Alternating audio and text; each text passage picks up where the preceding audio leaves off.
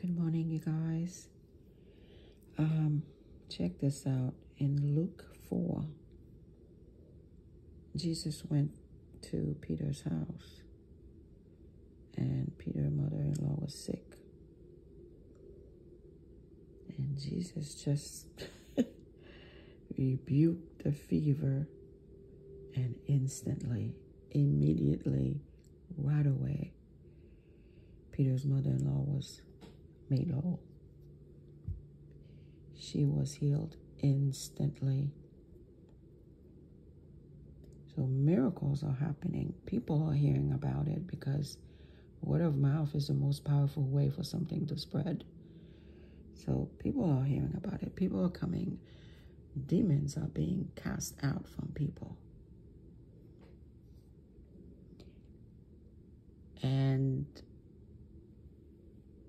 when we look at Luke 5, Jesus went to the shores, and everybody's hearing about the miracles, the healing and all that. And a lot of people are coming to him. So he gets there and then hops in Peter's boat. Peter was a commercial professional fisherman. So they spent the whole night fishing and caught nothing. They were rinsing their nets. So at that time, rinsing their nets, they were putting their nets together. They were mending their nets.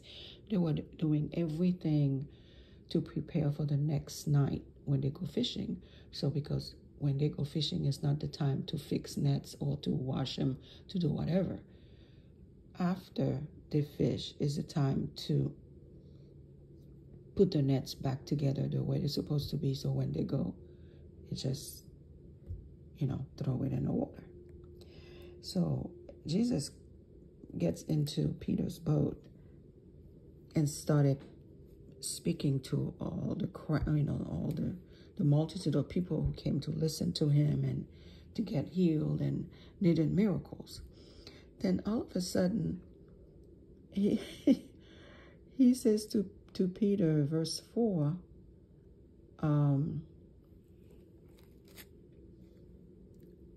why don't you cast your net into the deep? Now, sometimes we read the Bible and we think that the people mentioned in the Bible, they were like,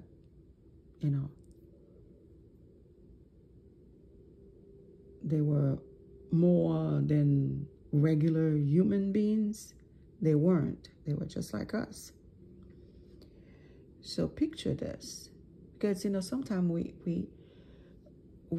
hurry to read the Bible and we don't take the time to really read it.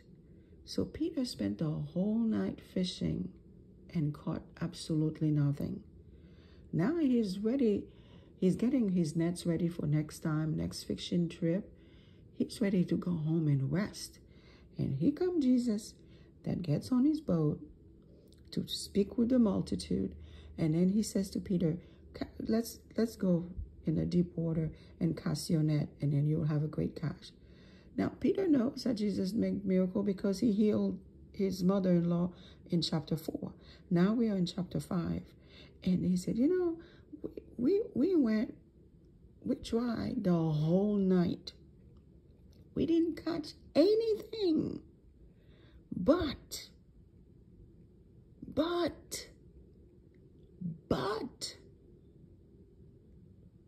if you say it, we'll do it again.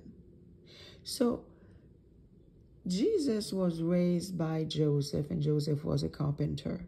So Jesus was a carpenter. And here comes a carpenter telling a commercial professional fisherman how to fish. Can you imagine this conversation? What we would have said? We probably would have said, but I know what I'm doing. I know what I'm doing. I know fishing because that's my profession. I know all things about fishing. And you're a carpenter. What do you know about fishing? And anyway, it just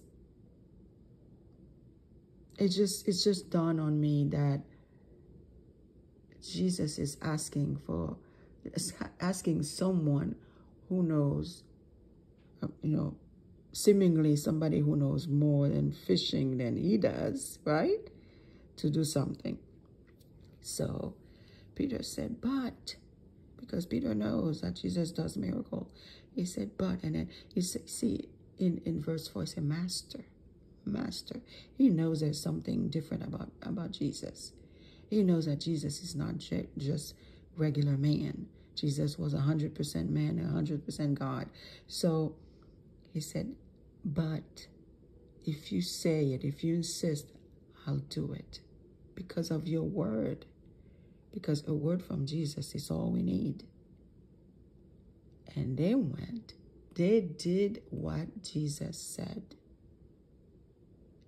And they were flabbergasted with the amount of fish they caught in the same place where they caught nothing the night before. So all that to say, what is it that the Lord is asking you to do that you immediately think is impossible and you don't do it? What is it that the Lord is saying that you are putting aside? What miracles are you losing because you're not doing what the Lord said to do? Have a blessed day.